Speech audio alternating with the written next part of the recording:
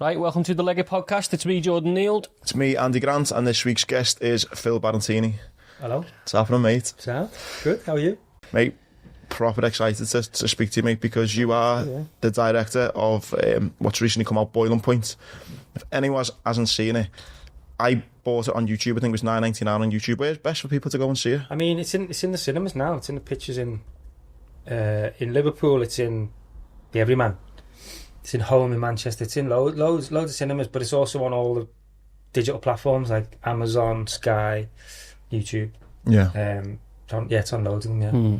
I think it's an incredible movie. I'm sure we'll get much more into that, but like, just quickly, I was so nervous watching it. You know what I mean? Like, Good. It's the one shot thing. Do you know what I mean? Because you feel like you're getting taken somewhere where like other people aren't seeing. Do you know what I mean? Like when people are going down corridors or whatever it may be. Yeah. But So for anyone who doesn't know, then so this whole film, I think it's 1 hour 34 minutes if I remember, is all done in one take. The whole thing. Yeah. Mad. That in itself is crazy. Yeah. Well, we did a short film in 2018, which is my second ever short. I did, Robbie O'Neill. He's been on the show. Just spoke to Robbie before, Yeah, I was just talking to him then as well. Well, last night I was watching the film and I'm going, I'm sure that's Robbie O'Neill. Yeah, he's in it. Yeah. Yeah, I want to try and get. He's in my next one as well.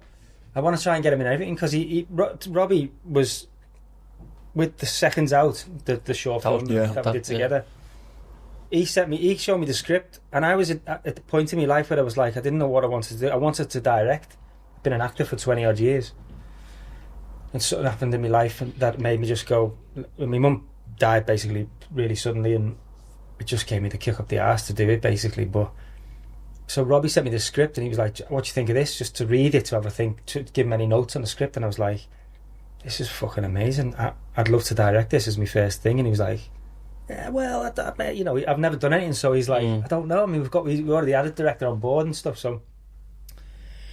So anyway, long story short, he basically, those directors and the producers that were meant to be doing it, they sort of, they ended up just walking away or whatever. And I said, look, the offer's still there. I'd love to do this. And he sort of was just, he believed in me and gave me a shot, really. So I owe it all to Robbie, really. And I always say it to him, you know what I mean? It's like, I want to get you in everything I possibly can because you were the first person that believed in me and gave me that chance because he didn't know, you know what I mean? He didn't know that I could do. Yeah, he's a boss lad, isn't he? Yeah. Amazing. That was an amazing short as well. I mean, because obviously I'm massively into boxing and stuff. Yeah. And I knew Robbie. I don't know him personally, but I knew of him. And it was, again, like Boiling Point. It's very emotive. Like it sparks emotions in people that, they probably might be feeling themselves or whatever. Yeah. And it just I think the talent is because it's so short. Getting people to respond. Internally. Something so short. Yeah. That's the key, really. I think that script was only 10 pages long, and I think the other producers that were doing it, they wanted it to be longer. And when I read it, I was like, it hit me. You know what I mean? I was like, this is just quick and like straight to the point. And so when they sort of walked away, and I was like, I want to direct the script that you sent me, the 10 pages, not the 25 pages that they've developed with you. And he wanted to do that as well, so it was just like, let's just do it. It was. And was that then, obviously, your first one? I mean, if we go kind of back before then, so what was your kind of life like? I mean, you'd had to go up, acting, it wasn't for you. Obviously, it sounds like the directing this was the kind of then springboard. But what was life like beforehand? I acted for 20 odd years, and at the beginning, because I left Huyton when I was 16, moved to London. Well, I thought it was London, it was fucking Watford. I was like, I'm going to London, turn up, and I'm like, this is a bit shit. What was that for then? Dream Team on Sky One. It was like a football. I remember it, man. Yeah. Did that for 2 years. Yeah. Oh my god. Yeah. Manchester United or something. Yeah. I'm gonna have to go back and watch that now. I still got the one of the kits at home. I found it the other day when I was moving. Now get that on eBay. Yeah. What did you play in that? I remember. I played a young. He was in the youth team first, called Billy O'Neill. So I did that for 2 years. And had you done? Sorry to put in. Had you done acting in school? Not really, no, because I went to school in Widnes, and it wasn't really. I mean, I was interested in it, you know what I mean? But it wasn't like I didn't do it as a, you get to choose like drama or. I think I chose fucking geography or something, but I'd always been interested in it. Like, I went on a Granada Studios tour when I was about 13 or something, 13 or 14 with my auntie. And you like on the Coronation Street set, and you could see all how it worked and all that, and it just hit a chord at me, I think, and I was like, this is like amazing, magic. And so that it planted a seed, I think, in my head then, and then I started looking into acting. Got an agent in Liverpool, and got a little part in a little BBC film, but it was the same casting directors that were casting Dream Team a couple of weeks later. And they were like, have you been in to see us for Dream Team? I was like, no. And they'd already had one series out, and I'd watched it and loved it, and I was like, oh fucking hell, I'd love to be a part of that. And he went, come down and audition. I came down, and I had 5 auditions after that. Got the part in the end. I had to do a footy audition, and I was alright at footy at the time, but like I massively blagged it. Massively blagged it. That's the heightening you have. Yeah. I think I said I played for Liverpool. No, look at that. So you at 16 you just moved to London? Yeah, I moved to London. Yeah. Wow. I was just turning 17, so I moved there, and then off the back of Dream Team, I got a part in Band of Brothers. Mm-hmm. And then I think my career was going all right, but I got really complacent. Like you're handing things on a plate, and I hadn't trained as an actor, so I wasn't like disciplined in like, you know, what I should be doing. And because I was getting the jobs, every job I went for, I was pretty much getting it. You start to fucking feel yourself, don't you, and believe that you're the bollocks, and you're gonna get every job you go for. And I wouldn't like learn the lines properly, or wouldn't prepare, and I'd just turn up and be like unprepared basically. And there was 10 people behind me who'd learned the lines and they were ready to go. So it started to fizzle out, and then I became slightly bitter, and I'd start to like blame everyone else. Why is he on that? He's shit. I should be doing that. And it started to go into yourself a bit, you know what I mean? And then, so I needed to earn money. And I was always passionate about food and cooking and all that. So my granddad was an amazing cook. He worked for Cunard. He was like one of the development chefs or the exec chefs there for Cunard for years and years ago. And my cousin was a chef, so it was kind of in the blood, I think. So I started working in kitchens to earn some money, and that took over my life. So the chefing was like what was meant to be just a job to earn some money, then became my passion and my career. And then the acting started to fizzle out. I was still doing it, you know, but I wasn't asked. But during the time I was in the kitchens, you know, I was drinking and doing what, you know, everything that they do in that world. It's pretty rife, but that took over my life as well. And you know, you say you went from acting because one thing me and Jordan are kind of passionate about is obviously like mental health and people's attitude, and we've had a lot of people on who've, especially sports people, who've kind of, it's that kind of your ego, you know. Massively. How was it like? Because I've said to myself, like, when I left the Marines, it was like, you know, I'm not doing that. I was a fucking Royal Marine Commander. I'm not doing that. Yeah. I mean, what was you like when you had to have a word with yourself and say, you know, need to earn money? Is that what it was, the reality of it? Literally, that was it, yeah. I was on my ass. Because everything, I'd earned loads of money acting. You know, I was getting paid well for it, but as it was coming in, it was going straight back out again. On partying and just buying random shit, you know what I mean? I should have saved, people saying you should save and buy a house or put deposits on a house, but, you know, I'm 18, 19, 20 in my 20s, and it's like, nah. Is it that, was that like a London aspect as well? Obviously, you know, you moved down as a young age, and then I guess you've never had anyone saying, you know, do this or, you know, put your money here. I guess, you know, you're just living frivolously, really. Yeah. Yeah, I mean, I did have my family say, you know, don't be daft with it, you know what I mean? You need to save it, but I was just like, all right, Sam, yeah. It's going to come in forever. So I'll be able to save it when I'm ready. I'm just having a laugh now, you know what I mean? I'm having fun, I'm partying and that. But then it just didn't start. Do you remember the moment when you sort of thought that? When you were like, you know, actually, I need to sort my shit out here and get, like, you know, go and get a job or... Yeah, I do, because I think there was a couple of auditions that I went for and I got really close on them. And I was sort of riding on them, really, thinking, if I get this, then that'll change my life. But it didn't come in.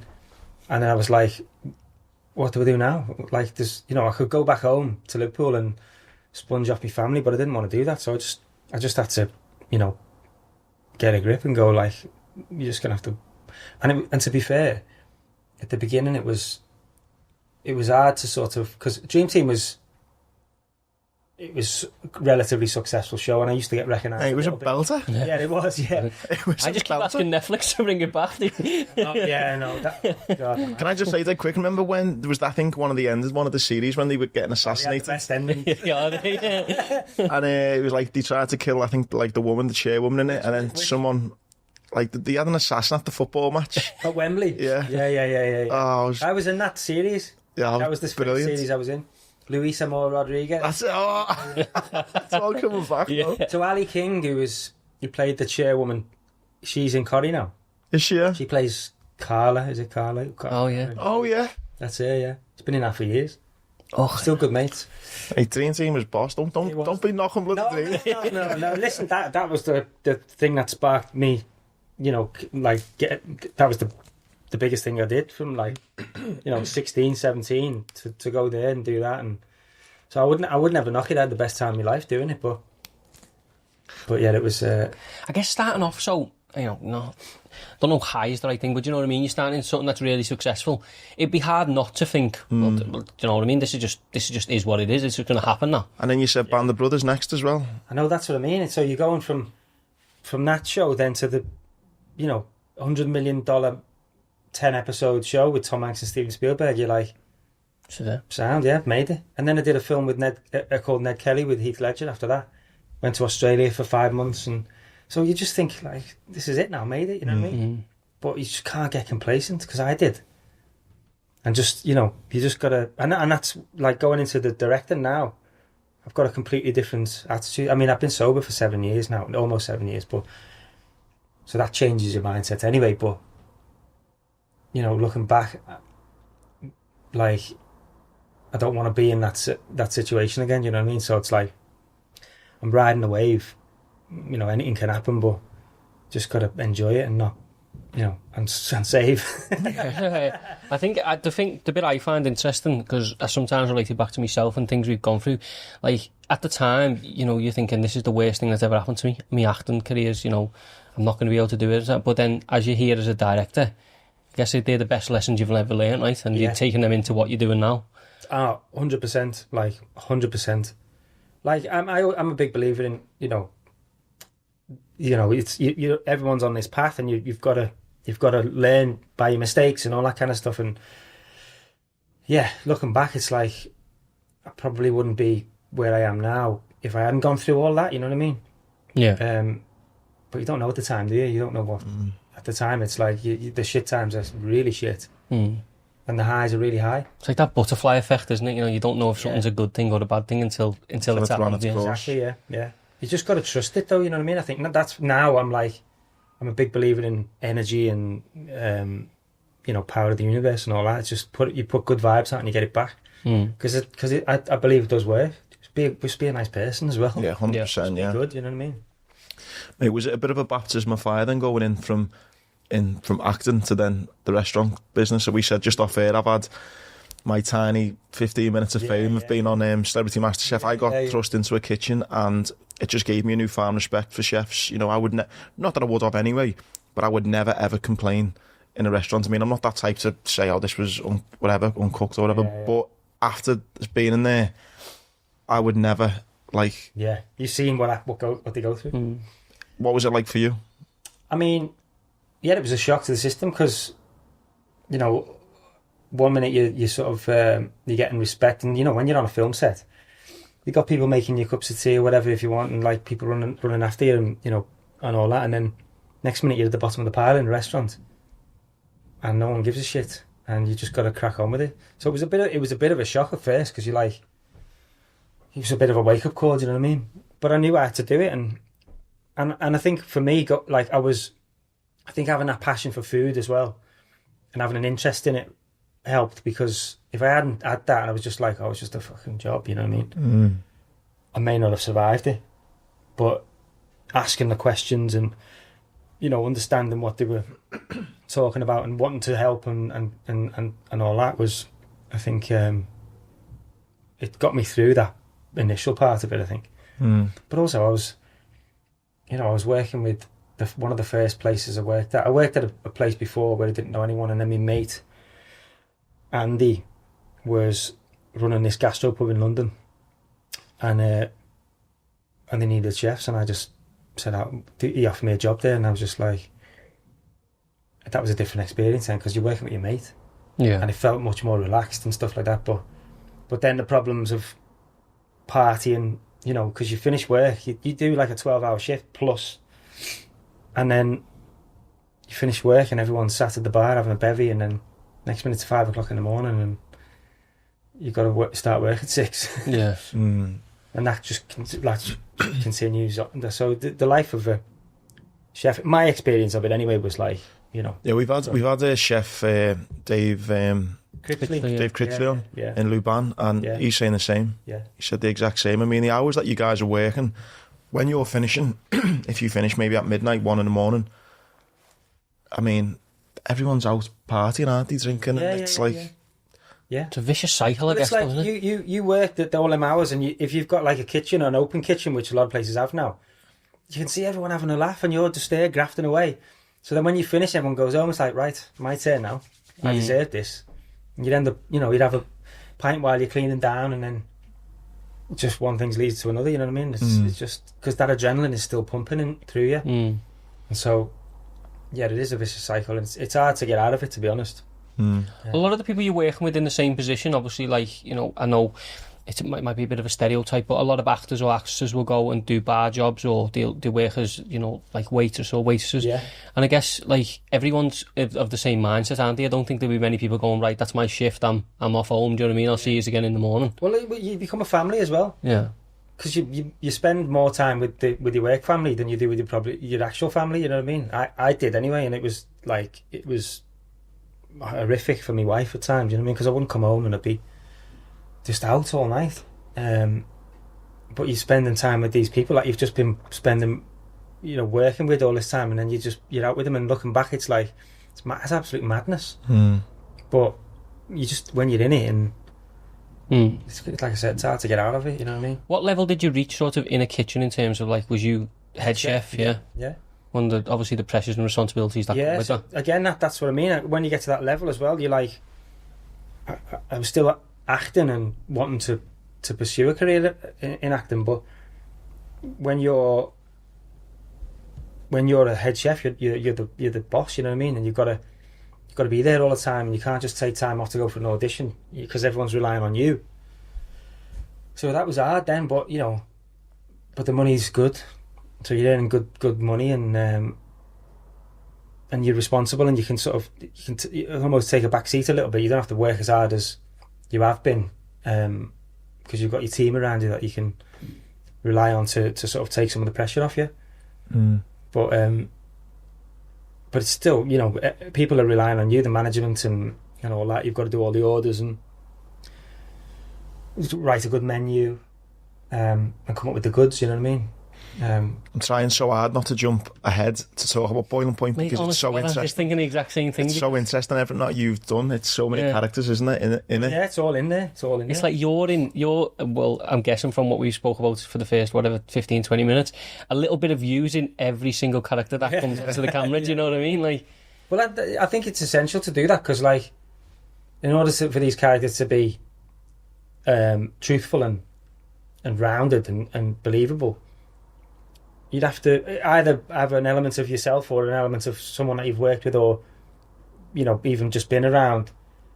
But then I spent loads of time with the actors as well, just talking through the characters, and they come up with ideas about little things, you know what I mean? Because when you decide to do something in one take, you're very limited in terms of what you can show and what you can, and the time you've got. Yeah, you can't just spend half an hour on that moment. I mean, you could do, but then you're missing out on everything else, you know what I mean? So it was everyone that's in the film is loosely based on people that I've come across or or me. You know, Steven's character in the film is loosely based on me and my experiences that I went through. Yeah, I mean, we'll get to that. I mean, Stephen Graham. I'm a big old fanboy of Stephen Graham, but he was. We done a thing on a Patreon where we could pick 3 people in time. You'd want to go have your dinner party, and yours, Stephen Graham was on yours, wasn't he? Absolutely, yeah. Lucky enough to kind of friends with him. He done a voiceover for me and once, and kind of keep in touch. Just top guy, and he's amazing, unbelievable actor as well. Yeah. To go back to obviously where we are before, without trying to not jump ahead. Obviously, you said you're now sober for 7 years. Was that a problem for you before like being in Christians, or did it come hand in hand? Looking back, probably, yeah. But you don't think of it like that at the time, you know what I mean? And then it gradually creeps up on you, and you start to when you start to rely on it, and you know you're coming into work and you're doing whatever. That's when it's a problem. Do you know what I mean? So prior to that, I think I was partying a lot when I was acting, and you know we were going out, but everyone was doing it as well. Yeah, everyone's in the same boat, so you don't feel like.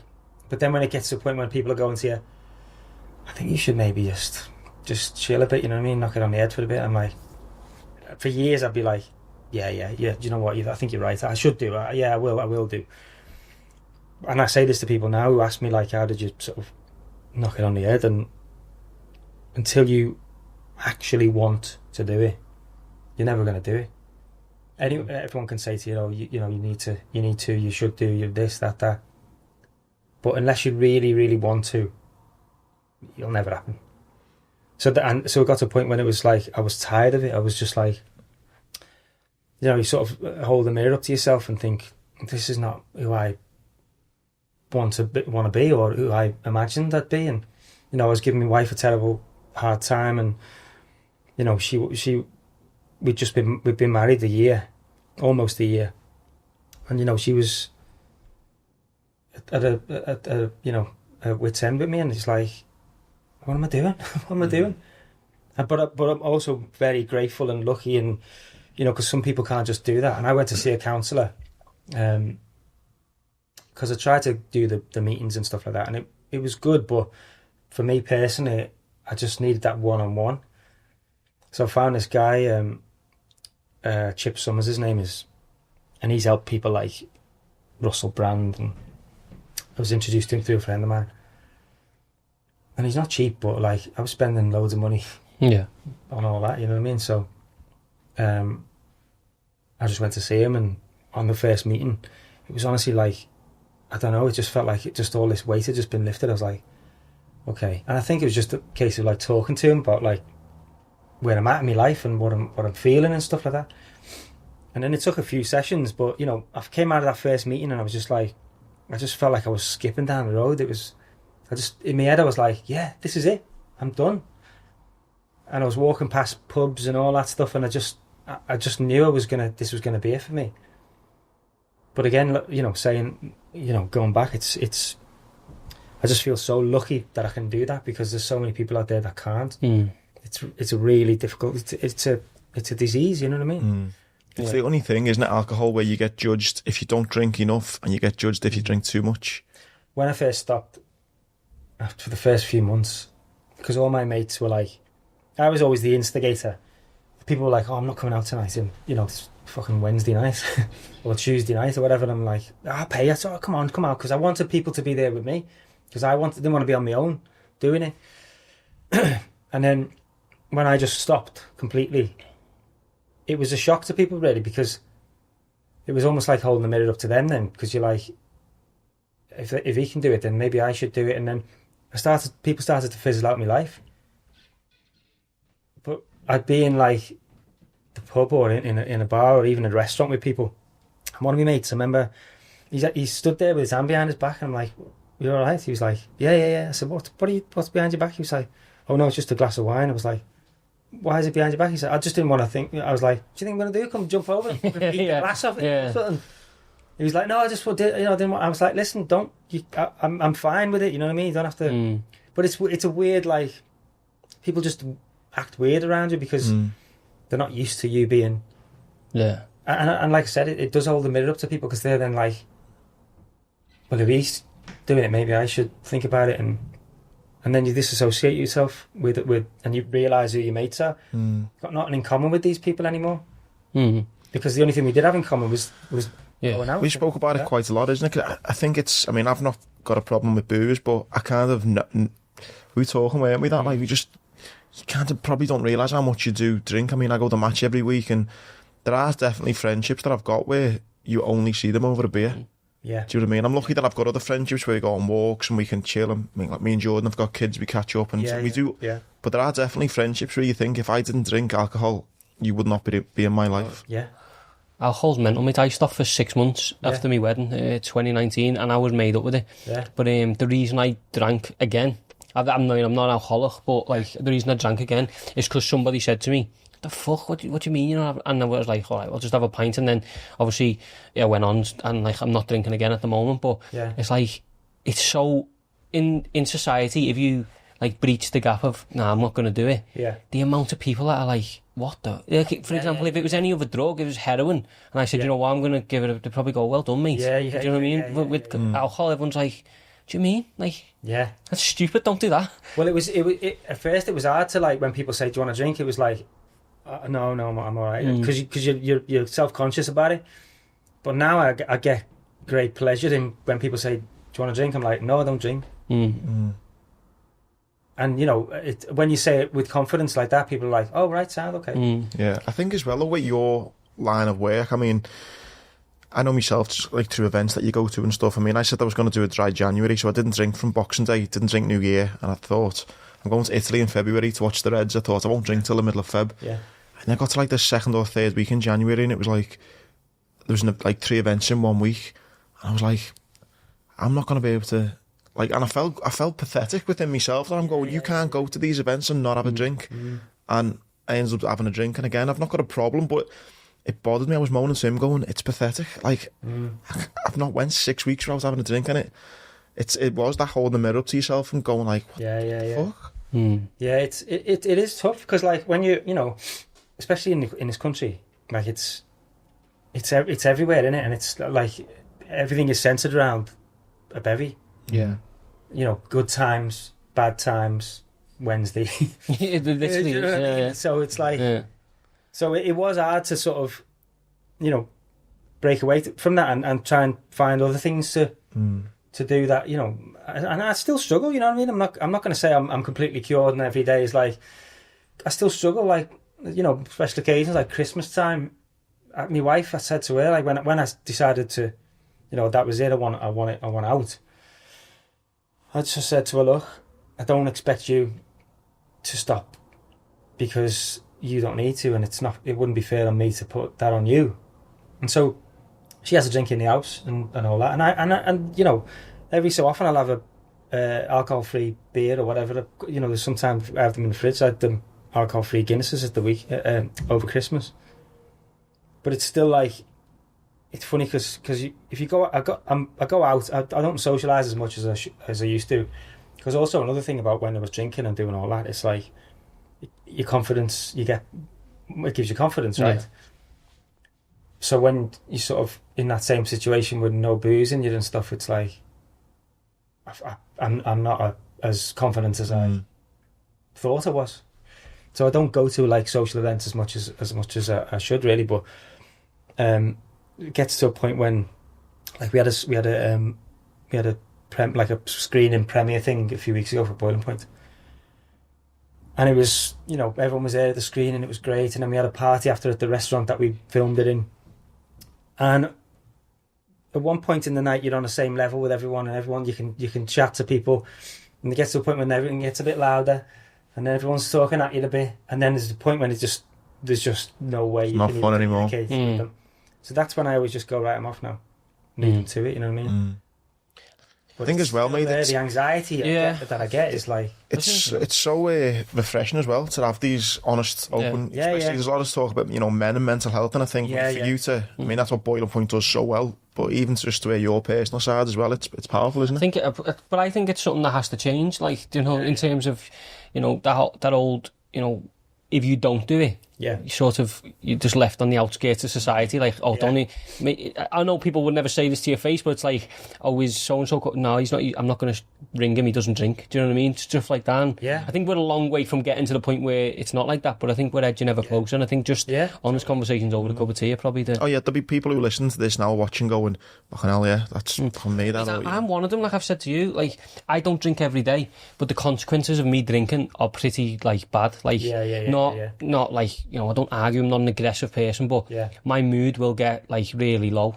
To the point where I'm like, I can't shift it up for like maybe 2 days or something. Afterwards, no matter what I do, like I cannot get it up. We both said saying for you, right? When you someone told me this and it stuck at me. When you drink alcohol, you are simply borrowing happiness from tomorrow. Yeah, very true. It's a show because what George said it to me, and I think you summed it up great. And it was like, it's not the drinking bit that's the problem.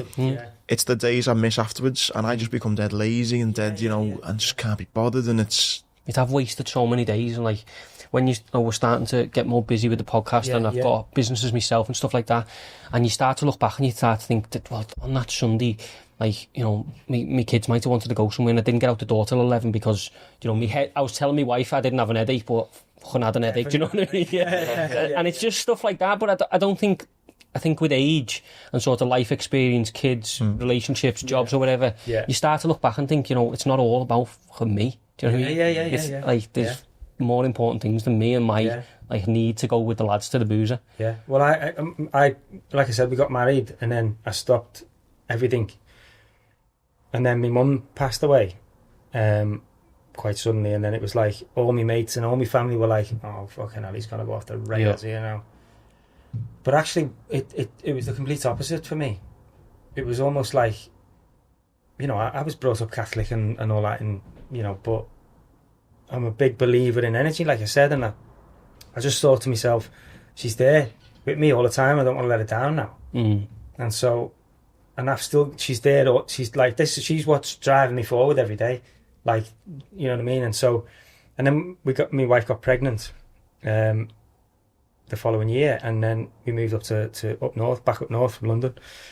But like, I just think none of that. I probably wouldn't have my daughter if I'd have carried on drinking and all that. I don't know where I'd be, you know what I mean? I don't even want to think about it, but like there's certain things that happen in your life that make you just, you know, it's like a little spark that makes you just, something has to change, you know what I mean? And that was it for me. It was that moment of being like, I remember just being I was in that old flat and I was just, she'd gone up to her mum's and left, and I was just sat there going, what is it? Like the house was a tip, and I'd probably been up for a couple of days, and I was just like, something just in my head went, no, that's it now. I think, I don't know if lucky is the right word, but the amount of people who don't have that moment, do you know what I mean, where, you know, they're just stuck on the hamster wheel and, you know, their way of dealing with any emotion or the fact someone's left is, right, fucking, I'm just going to go back on the ale, back on the Charlie, whatever it might be. Do you know what I mean? And they don't have a moment where they sit and go, fucking, do you know what I mean? There is a way out of this, one way or another. But also, it's like, I didn't have anyone there to, like I said, people were saying to me, oh, you need to calm down and all that, whatever, but I didn't want to do any of that. I was like, no, but I'm fine. I'm all right. I'm sound. You know what I mean? I can handle it. I'm not like, but from people on the outside, it was a different story. They were seeing something different. You know what I mean? But like, people ask me now. You know, I get messages and stuff like that saying that, you know, I really need to stop and I want to stop and all that stuff. But I'm like, I can give you as much advice as you want, but it's got to come from you. I can tell you how I did it, but everyone has their own way of doing things. Your own triggers as well. Yeah. So, you know, it's there's been a couple of people that have mates of mine who've sort of, you know, gone sober and stuff, and I'm really proud of them as well, but they've done it themselves, you know what I mean? I've been there for them, and I always say I'm there for anybody who wants to reach out, but I can't do it for you. Yeah. You know, so when sorry, George. No, go on, mate. You know, so you've moved back up north, and are you still working in the chefing industry then? No. Oh, was I? Yeah. So I moved from London. I was working in restaurants and gastro pubs, and by the end of it, I was more of like a consultant. So I was working for this one company that I think they had like 30 odd gastro pubs in London, all like individual had their own individual styles and menus and all that stuff. So it wasn't like a chain. And I was like consultant for them. And then we moved back up north when my wife got pregnant. We just wanted to be back closer to family. You know, we'd lost my mum, and just thought, I've been in London for 20 odd years. I mean, I don't want to really bring my daughter up in London because we've got no family there. It was just friends and acquaintances. Like I said before, they'd all gone. You know what I mean? It was just me and my wife really. And so when I came up, I still needed to earn money. You know what I mean? I was you know, I couldn't just rely on trying to be a director. At that stage with short films, you don't make any money. You know what I mean? So I started working for an agency, and it was good because you could work when you wanted. Really, you could just say to them, "Yeah, I'm available on these days. I can do them days." So it was really good and flexible, and I was able to focus on, you know, getting my directing career in check and seeing like how can I do this? How can I? And really focusing on that. You know what I mean? So I did that for a couple of years, and then it was even when I was shooting, right up to the day that we started prep. I think the day before I was working for the agency in a kitchen in a restaurant. So I'm on the phone to Steve, talking about character and all that, and I'm just like sneaking off from the kitchen, just talking about it because I knew it was coming up and I'd be getting paid for the film. But I didn't have enough money to survive on. You know what I mean? Like I needed to still make some money up until that point.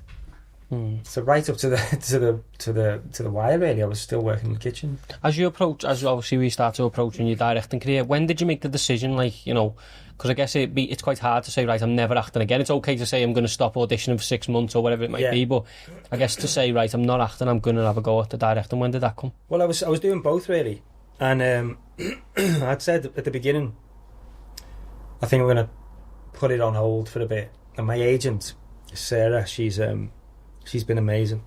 We've just set up a production company together. We were like, she said, just don't quit.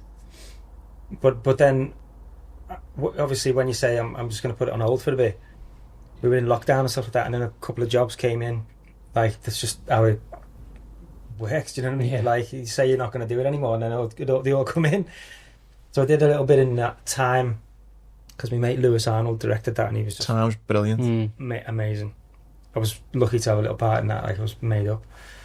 And then I did another little film that's coming out in February. And then I got offered this.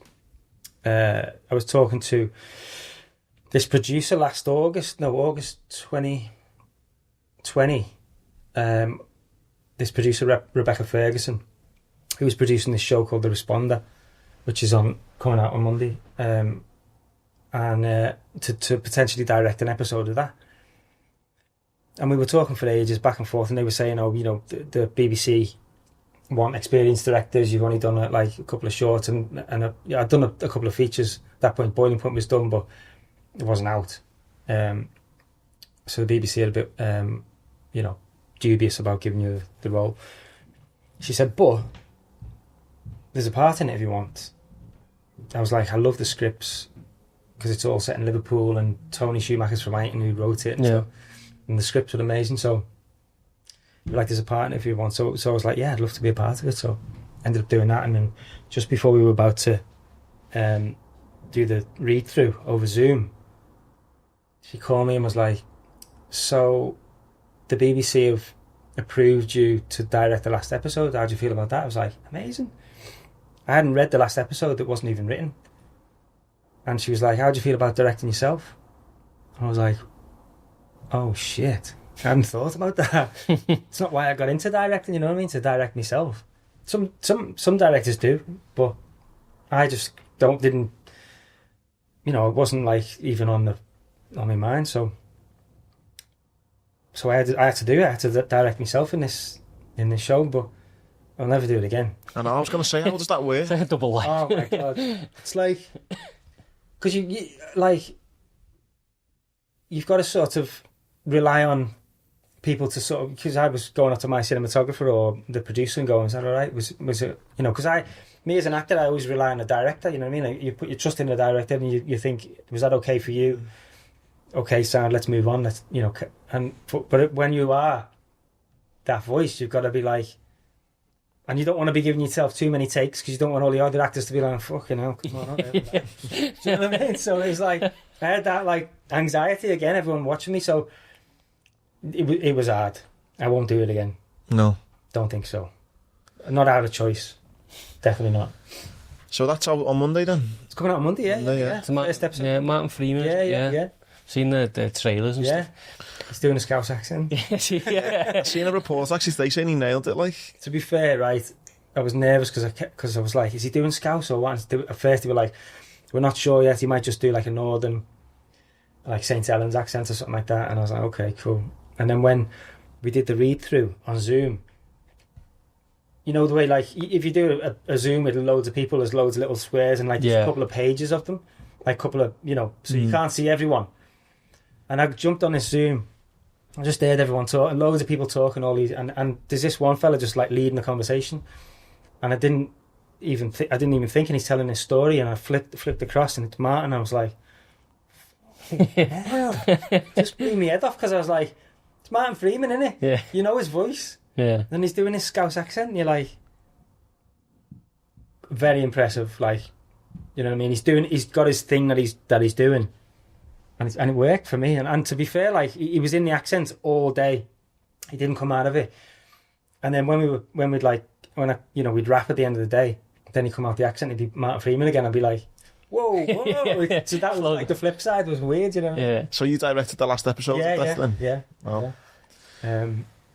It was boss, and it was good to work back at home. I'd never worked in Liverpool before. Yeah. As an actor, I did a bit of Little Boy Blue, but that was my scenes got cut out of that. So I was speaking to James Joyce Nelson. Good mates with Jay, and he was saying that was a couple of scenes. It was either that or Time. It might have been. And he's saying, a bit frustrating sometimes that you think, that's about that scene, and then it just, for whatever reason, doesn't make the final cut. And you know what? Like, when I was acting, and that would happen to me, you'd be fuming. But maybe on the other side of it now, and especially like in telly, you shoot loads, and then you've only got a certain amount of time to do it, because with features you can make it as long as you want. But with telly, it's an hour or just a bit less. So you'd have to sacrifice sometimes big storylines and big, sometimes the whole storyline's gone, and you feel bad because I always like to reach out to people and go, I just want to give you the heads up, like we've had to do this, and it's not because of your performance or anything like that, because actors are so sensitive, and I know that because I've been one, and I understand actors, and I think that's what I bring into directing is that experience, and actors being able to sort of maybe like a comfort blanket for them, you know what I mean, that and understand what they're going through, and I can, because some directors they go to film school and they train, it's all very technical, and they're not used to actors are unpredictable. Every actor's different as well, it's in their process and how they work, so you've got to sort of like try and home into that, you know what I mean, and figure them out, but gently. How is it seeing like both sides of the coin? Do you know what I mean? Like sort of, being the actor and then obviously being. It's mad. I tell you, the first time I noticed it was on Seconds Out, on the first short I did with Robbie. And normally when you're acting, you're just there, you turn up on set and you're just hanging out with the actors, and everything else is going on around you, and then they're like, we're ready for you. Okay, let's go over there and we'll do our bit. And then you go. So you're just hanging out. But that was like, it was a shock to the system, because I have to be the person, running the ship, basically. And at one point, I remember going over to talk to the actors, and just to because everything was happening, and I didn't really need to do anything. Just going over to like hang out with them. It just was like this weird, like, they were like sort of like, they all went a bit quiet, and I thought, oh, fucking hell. And then I walked away, and they were like, started chatting again. I was like, oh, right, I'm not part of that anymore. No. Yeah. But it's like you've sort of opened the curtains, and you sort of see behind the curtains now, because there'll be times when you go for an audition, for example, and you don't hear anything back for ages, and you're like, what the fuck am I? It's like, it was 2 weeks ago, the audition, what are they playing at? And I still haven't heard nothing. And you're phoning your agent, and why haven't I heard nothing? I forgot the part, and all this, and you start, and it's like, you're constantly on this, like, it's just like this weird, like, I can't explain it, this tension. Imagine if you go for a job interview and you don't hear nothing. Imagine that, like, 2 or 3 times a week, if you're lucky. You're getting auditions that many times. But then being on the flip side of it and being a director, I understand, because it takes so long. Like, the tapes, they do the tapes and then they have to send you all the tapes and you've got to go through them all. And I go through all the tapes and make sure I'm picking the right person. But sometimes it takes that long to get through everything, especially, if a scene is like 3 or 4 minutes long, you've got to watch the whole thing and then watch it again and then you go to the next person. So it takes loads of time, and if you've got like 10 or 15 characters, it takes. So I understand it now from that side as well. But I think what I've learned is, if actors don't get the job, I try to reach out to them, or at least say to the casting director, please let them know it's nothing to do with them. They weren't, because actors go into themselves and you start thinking, oh, I'm shit, you know what I mean? But it might be something like they've had the wrong colour hair, or, they don't look like the person, like they fit in the family, or, you know what I mean? It will be tiny things, and it's nothing to do with your performance. Wrong eye colour, anything. So I always try to reach out to them if I can. But again, it's hard. It's time consuming to do that. So such a unique and competitive world as well, isn't it? Do you know what I mean? You're like, sometimes you can wait weeks and weeks for an audition, months or whatever, and all your eggs are in that basket. And for them, it's the world. But for a director, it's like, well, you're one of 200 or whatever. Exactly. Do you know what I mean? And Exactly. that's such a hard thing to balance. Yeah. And it is that whole, you just, because you like, it's such a weird process looking back on it. Like, you get that call from your agent, got you an audition, it's just like, this could be the one, you know what I mean? And then you get the sides or the script, and it's like, a small part, but then you're like, okay, sound, it's going to be a job, it's money or whatever. Or if it's a big part, then it's even worse, you know what I mean? Because you're like, you start spending the money in your head and all that, and so then you go in the room and you're like, a lot of actors put so much pressure on themselves that when they get in the room, it's so tense, and like they sort of like, some of them just ruin it for themselves. Do you reckon the rejection and like that constant sort of like, am I good enough thing, do you reckon that's why there is so much substance addiction and like, people falling off cliff, one for a better phrase, but do you know what I mean? Like constantly people saying, obviously there's a few actors who it's like, yeah, you're great, you're in everything. Yeah. Then there's other one, it's like, no. Do you know what I mean? Do you reckon big highs and big lows? Yeah. Isn't it? Massive, yeah. And yeah, that's where I was at, you know what I mean? Because you sort of trying to hide it, aren't you? You're trying to mask the rejection, or you didn't get the job. Oh fuck it, let's go and have a pint. Yeah, let's get smashed. But it doesn't go away. It just prolongs it, and But and also, if you are at the top of your game in that world, you get invited to loads of parties, and it's even more bigger scale, isn't it? Bigger scale, yeah. When you're sort of obviously in working in the kitchens and that, is boiling point in your mind? Like, are you building this as the years go on, or? I think subconsciously, yeah. There was a point, probably about 7 years ago, and I was working in this place, and one of the guys who was working there was an actor as well, and we were like, we should write something together. Set in this world, and I was like, but then that sort of planted the seed for me then, and then we never sort of, he went and worked somewhere else, and I never sort of think, but I was always like, fucking hell, yeah, it could be something here, you know what I mean? And like that world is ripe for everything. Like, it's just a mad world. So I just thought, I did Seconds Out, and I had the idea for thinking, like, I want to do another short, and just thought, let's write about what you know, and so I started putting ideas down for the short Boiling Point, and pitched it to Steve, and he loved it, and just that was it really. How does that phone call go? The way you just say Steve, he's like unbelievable actor, can being with everyone, and acted with them all, and being directed by them all. What's it like to just go, all right, Steve, do you want to look over this for me? Well, we've known each other for years. We were in Band of Brothers together, so we were mates. We lost touch for a bit, but then when my mum passed away, we got in touch again for some reason, and it was just like we just became really close, and so we were just chatting all the time. And then I asked him to be in Seconds Out to play the trainer, and he said no. He was like, let's see how you get on first. Let's see if you're any good. What's that conversation like? Because I guess he's your mate, he's a good mate, but then at the same time he's like... It's a professional decision, isn't it? Big time actor, and he's, I probably shit myself, because you think, I can ask him because I'm on the phone to him, but there's a risk here, because he's Stephen Graham.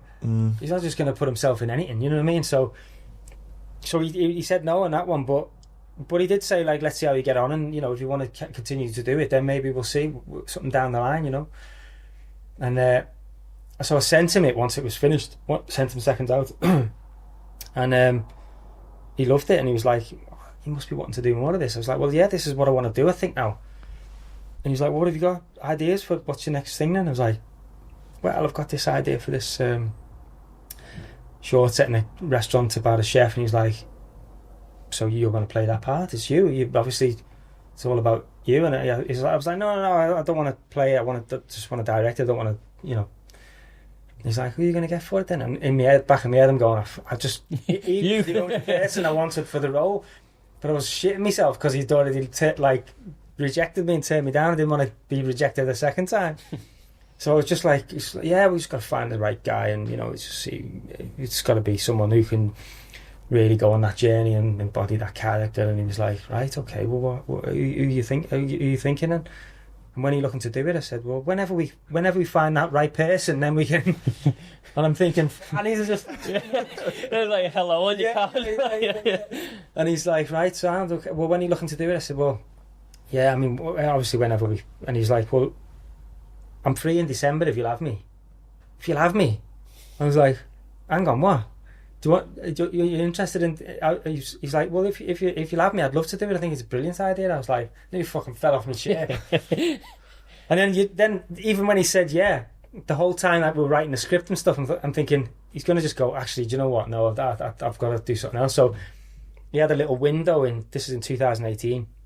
He had a window in December, and he said, "How long do you need me for?" I said, "Probably like 5 days." He was like, "Well, no. I'll do it if you can do it in 3 days. I'll do it." I was like, "Yeah, we'll do it in 3 days. Yeah, sound." And that was it. That's how it came about. So it was all done in 3 days. The short. Yeah. Oh, the short. Sorry. Yeah. Well, the feature was done in 2 days. I'll get onto that in a minute. Yeah, I was going. Okay, now. Yeah. So when you obviously this is, you know, we said before, there's lots of your life in here, people you've come across. Are you treating it so? Is it like a personal thing for you? Do you know what I mean? To then put it into the real world and have people acting these roles you've imagined in your head and stuff. It's mad. It's absolutely mad. Because you know you try to sort of disassociate it, but because it is a drama, it's a film in it, but you see little things, little nuances that the actors are doing, and you're like, they've just nailed it. You know what I mean? It's like it's absolutely spot on what I had in my head to what they've sort of brought to life. But yeah, it was just a mad experience, because once we did the short, the producer Bart Ruspoli, who was also in Band of Brothers, he's been producing for years. He's quit acting years ago, but he was like, he said, "I've got this script for a feature, and Craig Fairbrass is attached to play the lead in it." He said, "Would you be interested in having a look?" And I'm like, this doesn't happen. Like, I've just done this is 2018. I did Seconds Out with Robbie, then Boiling Point. So we did Seconds Out in the July, Boiling Point we did in the December, and then Bart was like, "We can shoot this in March 2019.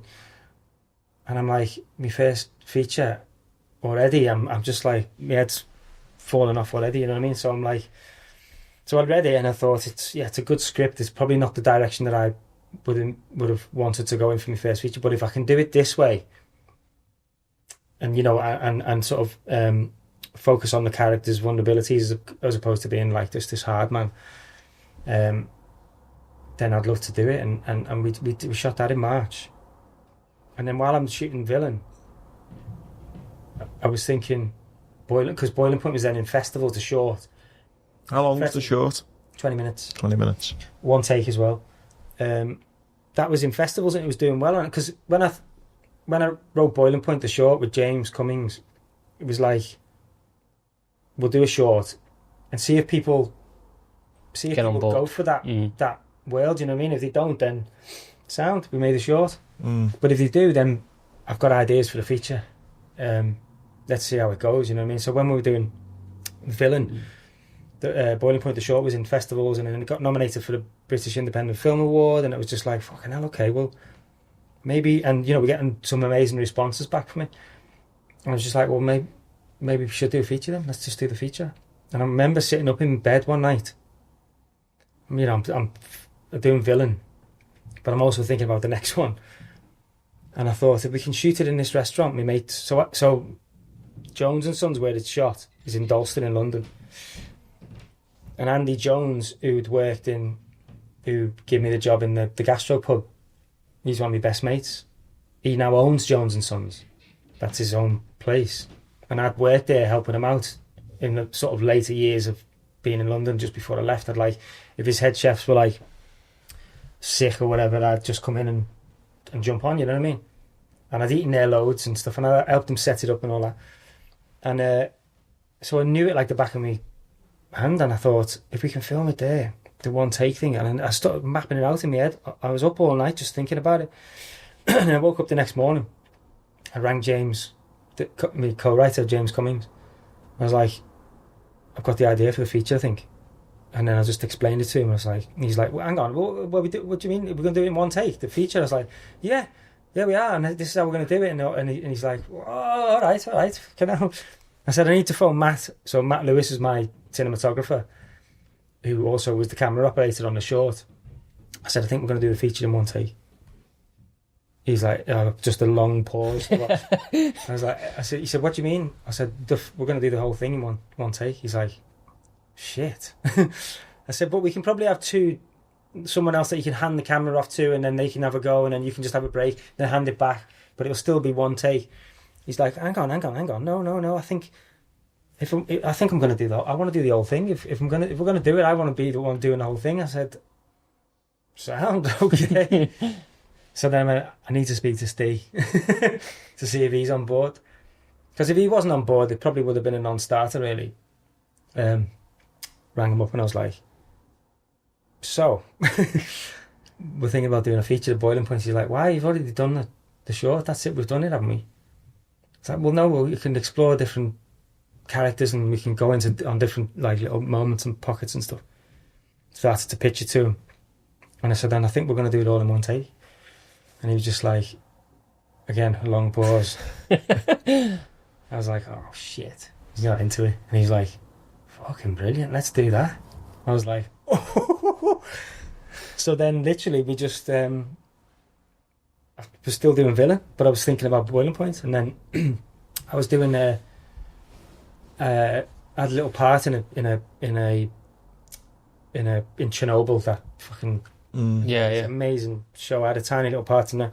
I remember being in Lithuania just after the shot Villain, and I was in my hotel room, and I just literally wrote it all in my notes on my phone.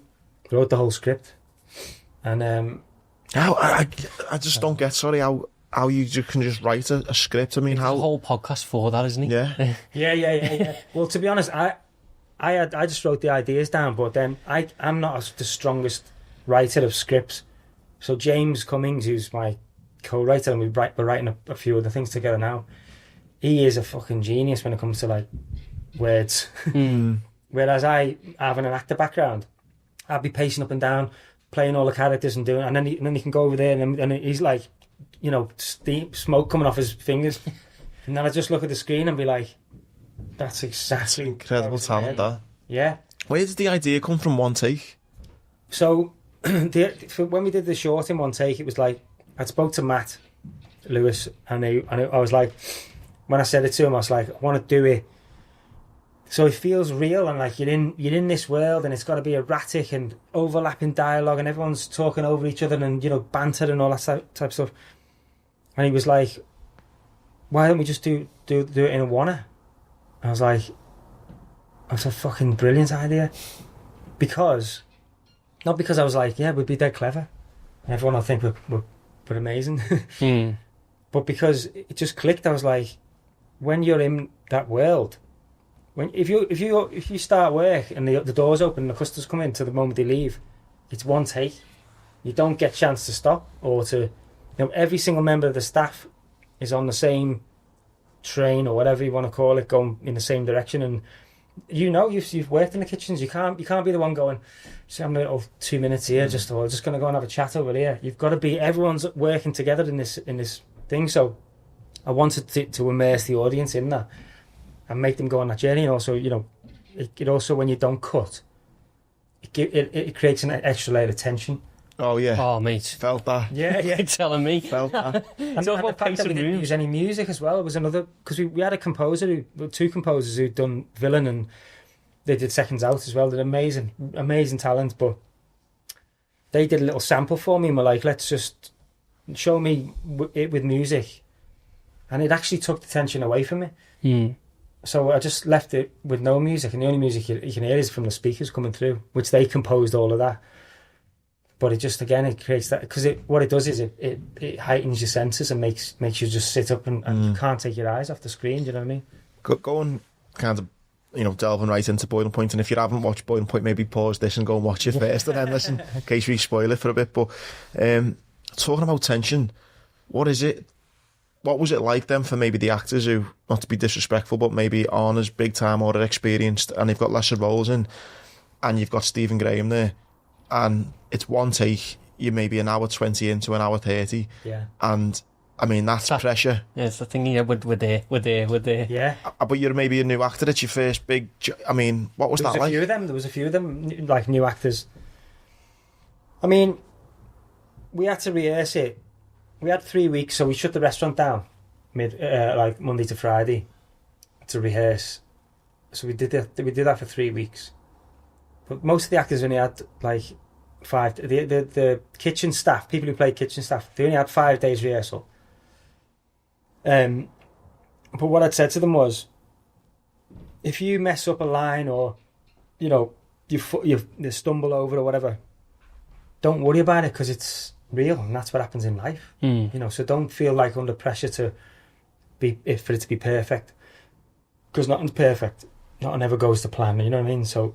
And the audience will never know that. They don't know what's coming next. You do, but they don't.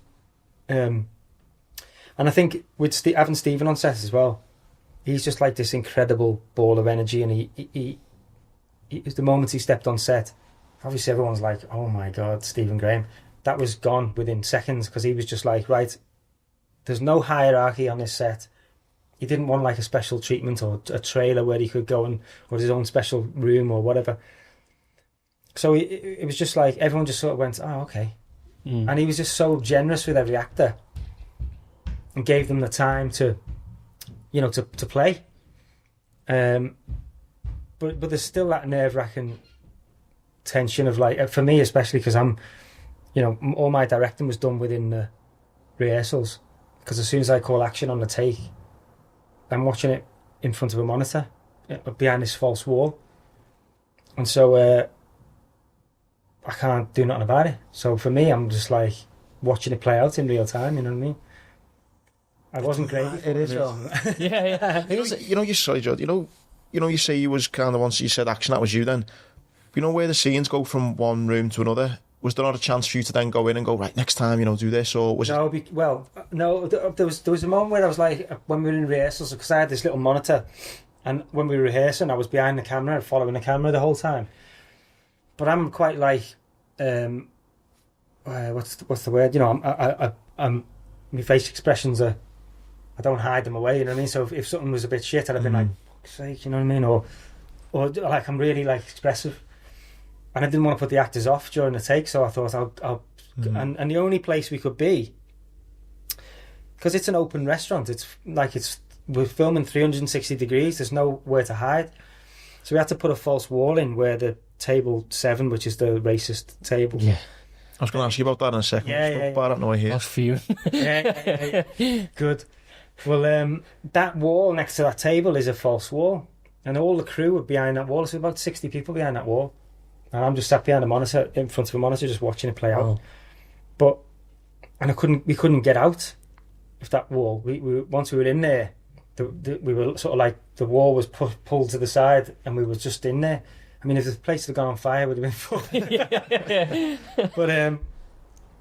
But yeah, it was just like I had a walkie-talkie that I could talk to the floor, because some of the crew were dressed like waiters, so that all of the customers that are coming in, they all had to be like queued in and led in. So all of the waiters that weren't acting were all crew members. So clever, isn't it? Yeah, it's amazing.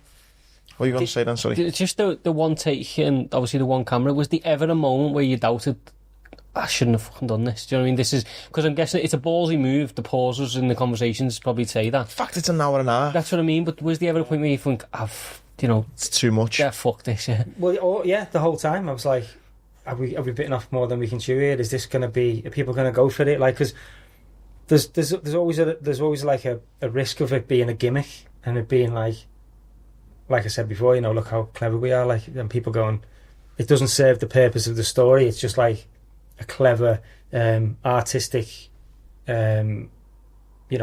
choice. But like when reading the reviews and stuff, I'm just so relieved that a lot of people have said after the first 5 minutes you forget that it's one take, and that was the aim. That's what we wanted. But yeah, when we were shooting it, it was like, especially when we were choreographing it, I had to choreograph it with Matt, the guy who was holding the camera, Matt Lewis. We would be in the restaurants literally every day. We'd go in there when it was open and busy and stuff, and we would watch how it moved and how it flowed and all that stuff. Even though I'd worked in it for years and I knew that industry and how it did work, but just in case we got something. And so the two rules that we gave ourselves with the feature was that the camera's never allowed to just float off on its own and find something. It has to be motivated by someone. And the second rule was that we weren't allowed to repeat a camera move. So if we go, like, say we follow Steven in and we come around this side of the kitchen pass, on the next one when we follow Steven in, we have to go follow him in, or or even like a slight move with the camera, because I didn't want it to become like a boring and sort of repetitive. Even though all we're doing is coming in and out of that kitchen, really, it had to be slightly different every time. And even when you're doing it and you're coming up with it, and then you get the actors in. Once we got the camera moves down, then we brought the actors in and put them in place, and then we're telling them where they have to go. There's a moment of every day of that when you're like, should we just fucking done this normally? Yeah. Mate, it's fucking genius now how people are just so bought into it. What I will say, a massive compliment, is I think it's true. The first 5 minutes I'm thinking, hang on, how are they going to do this not cutting thing? And I was thinking that for the first 5, but then you just get immersed into the story and the characters, which I just thought was unbelievable.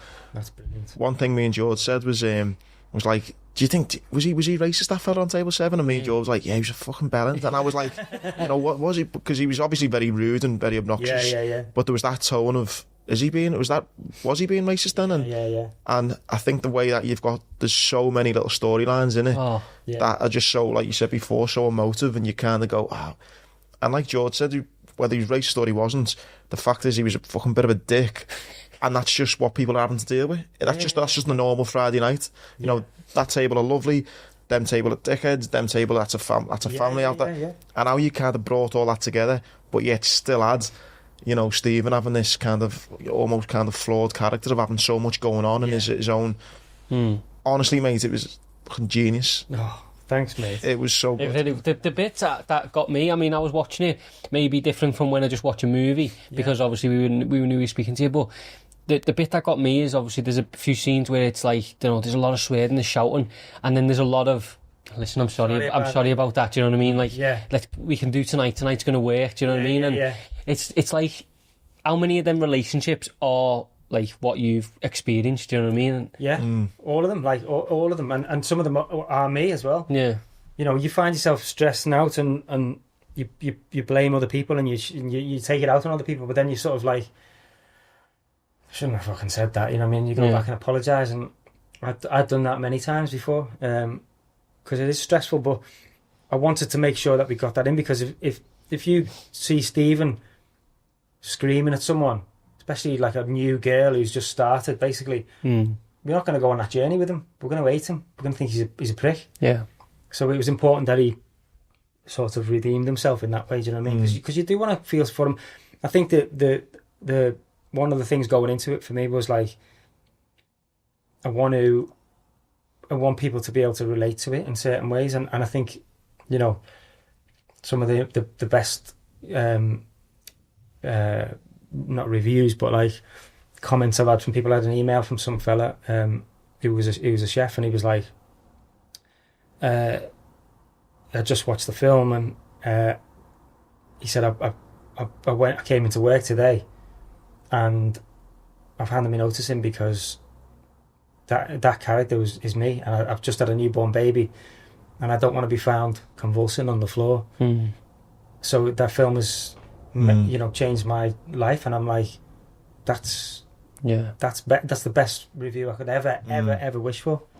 The standard of acting for me is just everyone in it. I mean, we're talking Stephen Graham, aren't we? But like you say, I think the character Carly, like, because she's like, obviously she's a fiery character and she knows what she wants, but there's also like a big old vulnerability to her. Do you know what I mean? Yeah. You can see that she's doubting herself and stuff like that. But I think obviously, you know, we talk about Stephen Graham and it's great, but even Freeman, you know, that standard of acting is just so top drawing. Well, I think what I wanted to everybody in the world has two masks.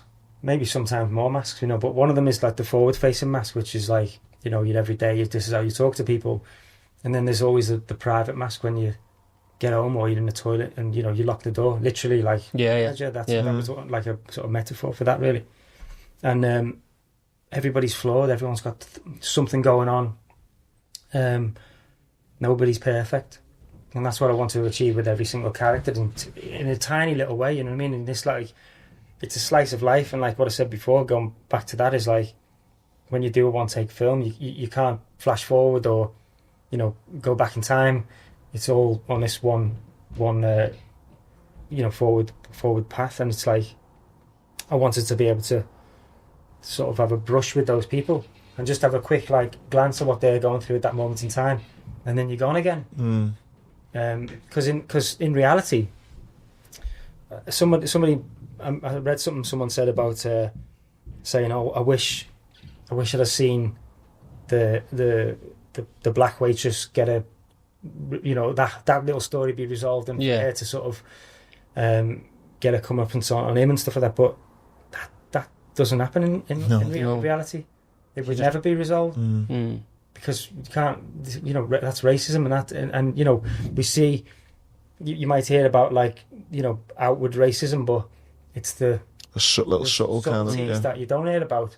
And when I obviously look, I'm a white man, so I haven't experienced it firsthand, but I know people who have, and I wanted to get that across in the film. And so when I decided we decided we wanted to do that, I cast Lauren Jufo, who played Andrea, and I just said, I need to be educated here because, you know, I can't write this character and I can't tell this story. You need to help me do that. And so we sat down at a coffee for like, it's meant to be half an hour or something, or an hour just to talk. And I knew her because she was in the short actually. And we were there for like 3 or 4 hours just crying, and it was just so emotional. And I was just like, you know, things that you don't, like, for example, like a tiny thing, like, I said, what are the small things that really get under your skin and you like that, but that I wouldn't necessarily have, you know, you wouldn't think about it. So things like, you know, people come up and go, "Oh, I love your hair, can I just touch it?" That little things like that you just don't think about. So I wanted to get those little subtleties in, and with that racist character, Rob, by the way, Parker, who plays the role, he's the fucking loveliest man. But it's just that change in there's a change in the air when she walks in from when the white girl comes in. I think as well, mate, how you took me anyway personally to be out for time, are we? Yeah, flying. I think what I think you've done again so well is you took me from moments of anger and frustration to think, who the fuck's he? to then you got the young lad who's been self-harming. Yeah. And I literally just lump in my throat straight away, and you think, oh, and is it Helen? Is it Hannah? Sorry, Hannah. Yeah. Hannah just gives him a hug straight Hannah, away. Steve, his wife. Yeah. And I think it's like that saying, isn't it? You know, we touched on it just then, but it's like you don't know what people are going through. And, you know, even just a smile or a hug sometimes can just mean the world. And changes people. It can change everything. Yeah. And you see the hug between them, can't you? You know, when they do hug, and I know, you know, it is acting, I get that, but there's real emotion in that hug, do you know what I mean? And it's like, we can't talk about it now, but we will, do you know what I mean? And it's... Well, I purposely didn't want Hannah to see those marks beforehand, because then when she sees them for the first time, it is the first time she's seeing them. And she's just a fucking amazing actress anyway. Like... She's getting a lot more work now, not because of Boiling Point, but just because people are recognising she's good, yeah, amazing. Yeah, like she was in Time. Yeah. But like, yeah, just that moment for me as well was just like I couldn't have. So unexpected, I think. Yeah.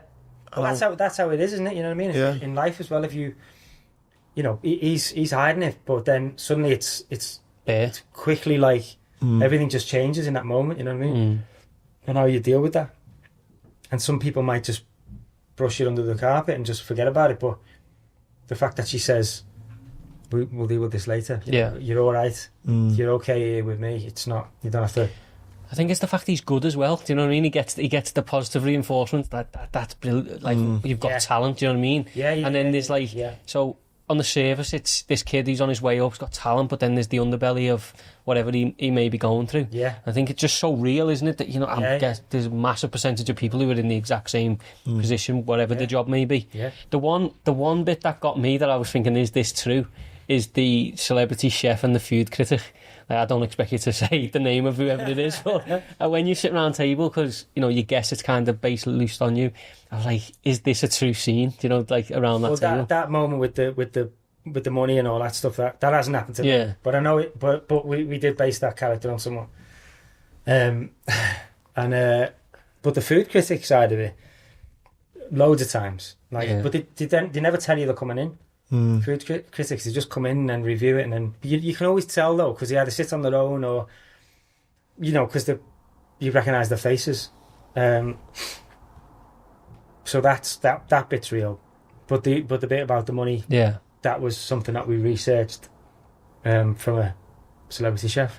It was the stuff about like, oh, this dish is, and then he was like, well, that's my dish, I give it to you, and he's like, no, it's my dish, isn't it? Do you know what I mean? It's like the I'm a celebrity, I'm a bit bigger than you. Do you know what I mean? Just stay in your pocket a little bit. And it's just, I think they're all real conversations, but all the way through you're just guessing, you know, is this how a kitchen works? Obviously, for someone like me who's never been in one. Such an intense. I always found as well, I was almost wanting it to go on for ages, because it was just like, I'm just so fascinated just to see how this night's going to play out. And well, just watch this space. Really? Can't say nothing, but so we work behind the bar. We got a small role. I mean, I could talk about it all day, mate. I found it absolutely amazing. And what was like really sad though, and it's not, I kind of wanted Steven's character to kind of fail, but you are almost watching it going like, this is going to blow up at some point. Like, this is going to come to a head, and you kind of, you don't want him to, because you can see, you know, he's just got a lot going on, and but you're like, fuck, he's at the edge soon, you know. And again, that kind of intensity which starts from, initially I'm watching and thinking, how the fuck are they going to do this in one take? So by the end I'm going, oh my god, when's he going to break? I was walking up and down my living room watching it. Oh my god. And it's, I guess, how it kind of, it's the sad reality of life sometimes. It's things do just come to a head, and it's that did happen to someone I was working with. Just collapsed in the middle of the service and had a stroke. But when we researched that, what happens to Steven's character, we spoke to loads of like A&E doctors and paramedics and stuff, and they said if someone has a heart attack, it can be under like an aneurysm or whatever, they can just drop dead like that. I noticed that, because Steven does a thing with his arm and stuff, and I noticed like it looks so real, you know, because obviously he's doing this like it's horrible, but like the gargling sound, which is what people do when they're dying. That's just like that last breath, and I wanted to get that in there as well. Do you know what I mean? 'Cause it's like that, like I recognise that sound, and it's just Yeah, it's horrific. But one thing you wanted to know as well, you were like, oh God, I want to ask him. So I'm thinking, I want to ask him, is the coke scene, you know, what actors do when it comes to that? Yeah, what are they sniffing? Because it looks unreal. What's that? It's bicarb it is. Is it? Yeah. Did they actually have to sniff it? Yeah. Because it's like, obviously, you know, we've all been around it, we all live in this. It's the, you know, obviously when people sniff it, and then it's the after, it's the, you know, the croakiness and stuff like that. It all just, I was thinking that can't be fucking coke. It looks a lot more like it. Funny though, like I heard a story about what was the film called? Fucking hell. I can't remember what the film was called now. It was a Michael Winterbottom film. There's a scene on a coach when they're all going to this party or something on a coach, and apparently they had proper coke, and so when you watch it back now, you're like, oh yeah, it's got a bit rowdy. It's real, like the way that they're being, you know. Mate, what is next? I mean, I'm guessing you're still hopefully riding high, which you should be, of you know what's going on. I mean, how have you found the kind of aftermath of Boiling Point? I mean, where's it taking you now? What's life looking like now for you? Mad. It's gone absolutely mad. You know, even just to, like, I've only been doing it since 2018. Yes. And it's like, I just think, look back sometimes and go, it's just all happening so quick. But, you know, I think when you're on the right path and you've got the right mindset, it can happen like that. And I'm just not taking it for granted, because I've done that as an actor. And I'm not being complacent, and I'm just riding the wave. But I signed with a big agent over here, and then I just signed with a big agent in LA as well, and they've been sending me loads of stuff. So I'm doing a start prep on Monday. Well, I started really, but start official prep on Monday for the next movie, which is another thriller. It's not one take, but we're shooting that down in Somerset, and then I'm doing a TV thing straight after that. And then at the end of the year, I think I'm doing another film, but it's just gone mad. Wow. Honestly, mad. Mate, you're such a, I know obviously we love home success stories. I know you moved away, but I think obviously you're coming to the forefront now. There's so much that you've been through, and you know you've touched on stuff with your mum and stuff like that. Like you're becoming sort of like, you are going to be I guess people are going to call you a Liverpool success story in the next coming years, but it's like Scouse Spielberg, mate. It's the overnight success thing that we spoke about it with some people before. People are going to be like, oh, this director's popped out of nowhere, but you know, when you sit down like this and you have a cup of tea, you realise that you've done so much and been to so many places just to get your break. And it's all like, again, it's all life experiences as well. You know, probably wouldn't be able to do what I'm doing now, or even like to do Boiling Points without all of the shit I've gone through. You know what I mean? Because it's all real, and you bring that onto the screen as well, and everything going forward. And like having a kid as well is you guys know, it's like it's fucking life changing, isn't it? Biggest kick up the arse you ever get in. No more sleep. Yeah. Mate, it's incredible. Anything else you want? Have we missed anything else? No. I mean, I could talk for hours, but I could, mate. I feel so grateful, mate, that you've given us your time, mate. Thanks, you guys. I mean, I watched the podcast and that, and it's fucking great. It's an honour to be here. Nice one. It's honestly, if anyone hasn't seen it, get the pictures. It's on YouTube, whatever. However you see it, go and see it, because it's genuinely, mate, brilliant. Don't watch it on Fire Stick though. Don't see it. No. One last thing I wanted to just ask, and it's not really a professional question. Can you watch movies the same? No, absolutely not. My wife fucking hates me watching a film with her, because I'll just be constantly talking through it. Yeah. It's hard. It is hard. I was thinking that stuff when you said that when you're behind a fake wall. I'm wishing you must watch movies and go, there's a fucking wall there. Yeah. But, you know, I'm watching everything that's going on. Same when I was working in kitchens though. Like, my wife will tell you, she like go to a restaurant with me was the worst thing you could do, because I'm just constantly like, picking fault and everything. Yeah, I'm not arsed now. No, it's brilliant, mate. Loved every second of it. Me too. You're a star, mate. Thanks, nice guys. one.